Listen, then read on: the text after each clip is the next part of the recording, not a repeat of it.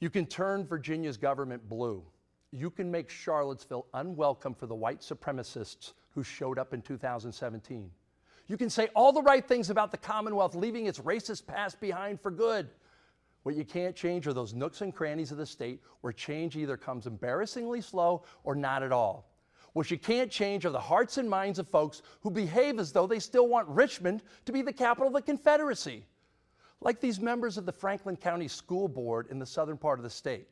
Their one African-American board member sought to bar students from wearing the Confederate flag on public school property, where 80% of the almost 7,000 students are white, and the stars and bars are often a daily fashion choice.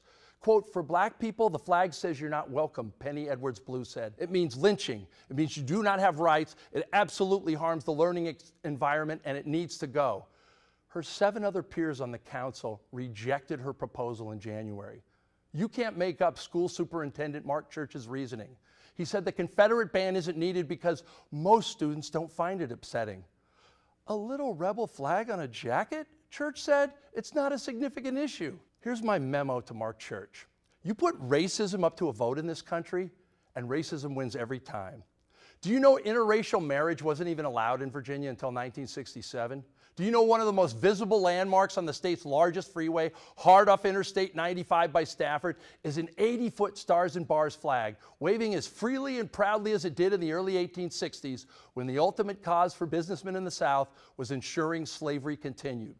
Labeling large swaths of a state racist doesn't do anything but get folks' hackles up and make them grow more defensive. Bottom line, not everyone who wears or publicly displays a Confederate flag has sinister intentions. There are prideful people who feel strongly about their Southern heritage, and they feel this is part of it. But I'd ask them to consider a thought.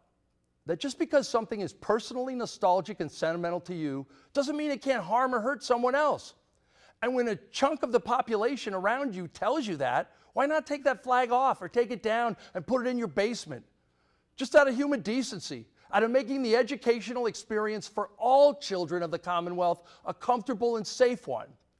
And if people like Mark Church can't do that, then maybe it's not just about states' rights and Southern pride. Maybe your need to preserve the right to wear the Confederate flag says something more about you than you're willing to admit. I'm Mike Wise. Agree or disagree, I'd love to hear your take. I'm at mwise@WUSA9.com or at Mike Wise Guy on Twitter. You can also hit the Q&A up with any question at any time at the Q&A@WUSA9.com.